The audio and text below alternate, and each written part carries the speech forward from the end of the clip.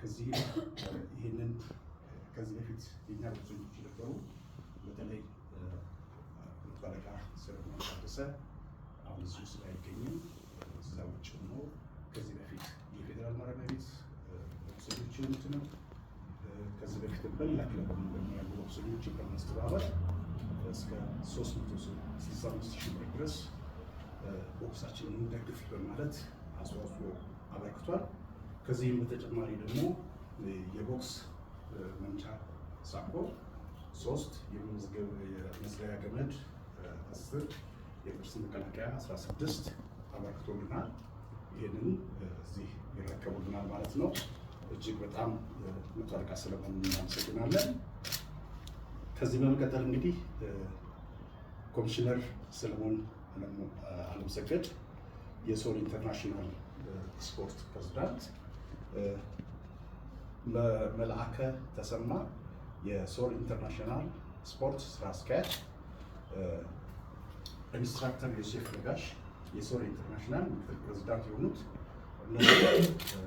እነዚህ አሁን የጠራኋቸው የሶል ኢንተርናሽናል ስፖርት ስራ አስፈጻሚ ኮሚቴዎች ለመጀመሪያ ጊዜ የፕሮፌሽናል ውድድር ወደ ሀገር ውስጥ ያመጡ እና የመጀመሪያው ኢትዮጵያዊ በመሆናችሁ እንኮራባቸዋለን።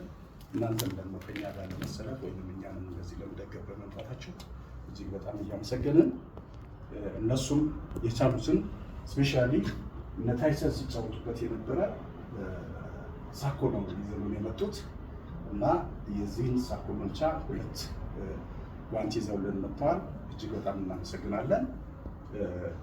ይህንን ከነሱ ከእያንዳንዳችሁ ስራችሁ የመጣችሁ ኮሚሽነር እንድታስረክቡልኝ አሳስባለሁ። ኮሚሽነር ካለ አመሰግናለሁ። ያው ትንሽ ሰደን ነገር ስለሆነ እንጂ የትልቅ ፕሮግራም ነው፣ ትልቅ ሀሳብ ነው።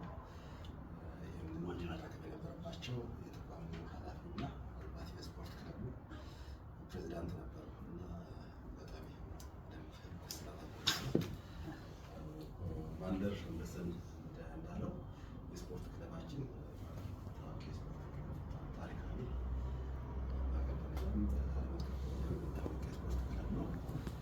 ብዙ ለሀገር ያስገኛቸው ጥቅሞች አሉት።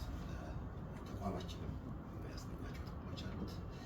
አሁንም ይህን የስፖርት ክለብ ለማሻሻል ወደ ነበረበት ቦታ ለመመለስ ውጤታማ እንዲሆን ለማድረግ ኮሚሽኑ ከፍተኛ ስራ እየሰራ ነው የሚገኘው።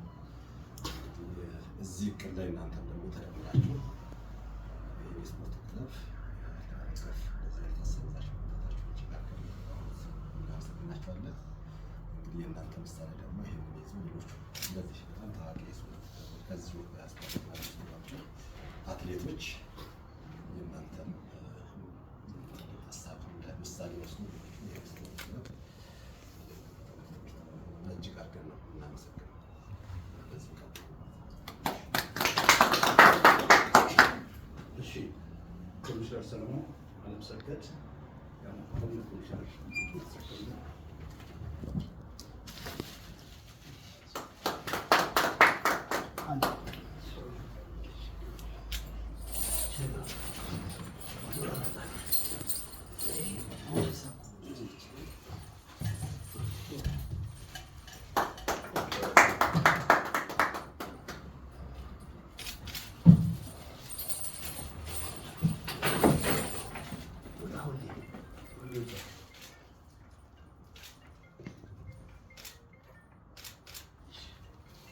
እናመሰግናለን። እሺ፣ የመቶ አለቃን ደግሞ ኮማንደር የመቶ አለቃ ሰለሞንን ስጦታ ኮማንደር ጸጋ ስለዚህ አልጋዊ